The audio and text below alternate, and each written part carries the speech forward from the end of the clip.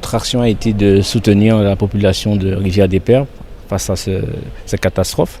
Et c'était tout à fait naturel pour nous de réagir parce qu'en fait, l'Église de Jésus-Christ a pour but d'aider dans son action humanitaire, d'aider les familles, d'aider les personnes qui sont dans des détresses et aussi qui ont subi des catastrophes. Alors c'est tout à fait naturel pour nous les membres, de pouvoir intervenir, réagir et apporter notre aide pour soutenir la communauté dans cette catastrophe. Tout naturel, parce qu'en fait c'est un programme que nous appliquons dans l'Église et que vu que dans l'Église mondiale nous faisons ces genres d'actions, c'était tout à fait naturel pour nous ici à Basse-Terre de soutenir la population de Rivière-des-Pères, sachant que je suis de Basse-Terre et chacun de nous qui sommes présents là, nous sommes de Basse-Terre aussi. C'était naturel que nous faisions ce geste et d'aider et soutenir la population. Oui, bien sûr, il y a eu la phase très urgence, les fameuses 72 heures, comme on dit, après une catastrophe, mais ça continue. Bien sûr, heureusement pour le moral des troupes, les choses s'améliorent. On voit très bien actuellement quand on est sur Rivière-des-Pères comment c'était le jour de l'ouragan, enfin de la tempête Fiona.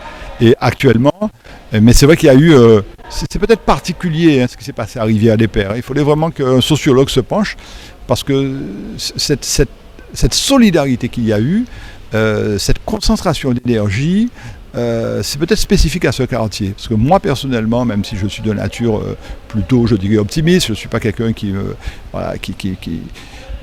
en sens solide, je ne pensais pas qu'on aurait été aussi vite. À la fois pour l'ensemble des travaux qui ont été faits, je remercie bien sûr l'ensemble des collectivités, régions, départements, comités d'agglo, l'État, la Croix-Rouge, le SDIS, enfin on va nommer tout le monde, il ne faut pas qu'on en oublie, mais tout ceci, et le plus dur ça a été de faire une coordination, parce que si tout est concentré sur une route, sur un quartier, et c'est là où on a été bon, c'est que l'ensemble de ces partenaires, nous avons pu coordonner avec eux les actions, et là on a Rivière-des-Pères qui a complètement changé par rapport au lendemain de Fiona. Nous sommes très contents de les avoir avec nous, parce qu'ils sont dans le rôle effectivement du soutien, tout ce qui est humanitaire, ils le font.